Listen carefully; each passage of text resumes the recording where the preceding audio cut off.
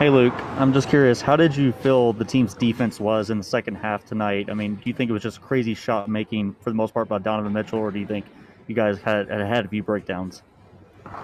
Um, Let me see real quick.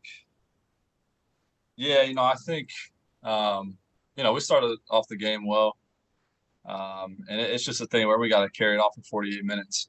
I thought we did a good job of communicating there in the first half, um, throughout the entire first half, and then had a slower start to the third, and then maybe definitely had some breakdowns, but it's stuff that we can fix.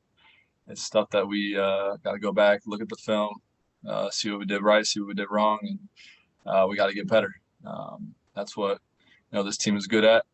It's what we want to do. We always want to get better and find ways to help us win. So, uh, you know, credit to them. They played a good game, but we got to be ready to fight for a full 48 minutes next game. Thanks, Shane. I'm going to Miriam. Hey, Luke. Kind of to follow up on what you just said, how much, I guess, confidence does it give you having kind of figured out Dallas in that first round and having made adjustments and just sort of like, what is that process for you guys? Do you get together as a team with the coaches, just measure film? Like, how do you guys make those adjustments going forward? Yeah, it definitely gives you confidence. The way we adjusted in the first series against the Mavericks, but that series is over, and this is a new team, a different team.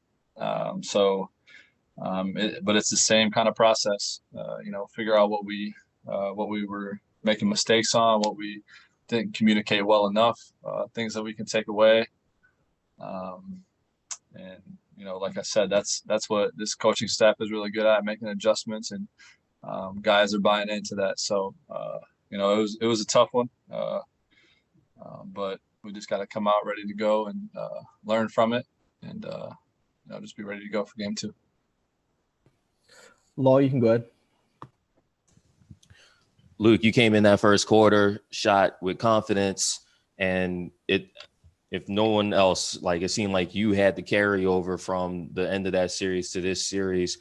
How do you kind of translate that from game to game for yourself? Because you're not going to be a secret to Utah anymore. They're going to expect you to play, and you got to get yourself open. You got to get shots, and the team is going to have to rely on you. So how do you make sure that against this Utah defense, you can continue to get open and hit consistently? It's just continuing to be aggressive. They play physical, so we definitely have to be more physical next game. Get into our spots, get into the basket, keep attacking the paint. So. They're making us work. They are. They're a physical team, but we've seen teams like that all year. Teams that play hard and try to get up in you a little bit. So it's just talking to it with the team and seeing what we can do to get guys open, and it's just staying ready, being ready, and being physical on the offensive end as well. I think we did a good job of sharing the ball. And we hit shots in the first half. We definitely missed some shots in the second half, but we just got to keep trusting it, keep trusting what we built all year. We got guys that can make plays and knock down shots. So we just got to keep trusting in each other with that. Thanks, Law. We got time for two more. Go to Nick Hamilton first. Hey, Luke, you talked about just trusting the process of what you guys have built over the course of the season. What are a couple of things that stood out to you in this game that you can emphasize for game two to try to get the W? Just keep attacking. I think offensively we settled a little bit in the second half, but we got guys that can attack the paint and attack it well, and then we got guys that can spot up and knock down shots.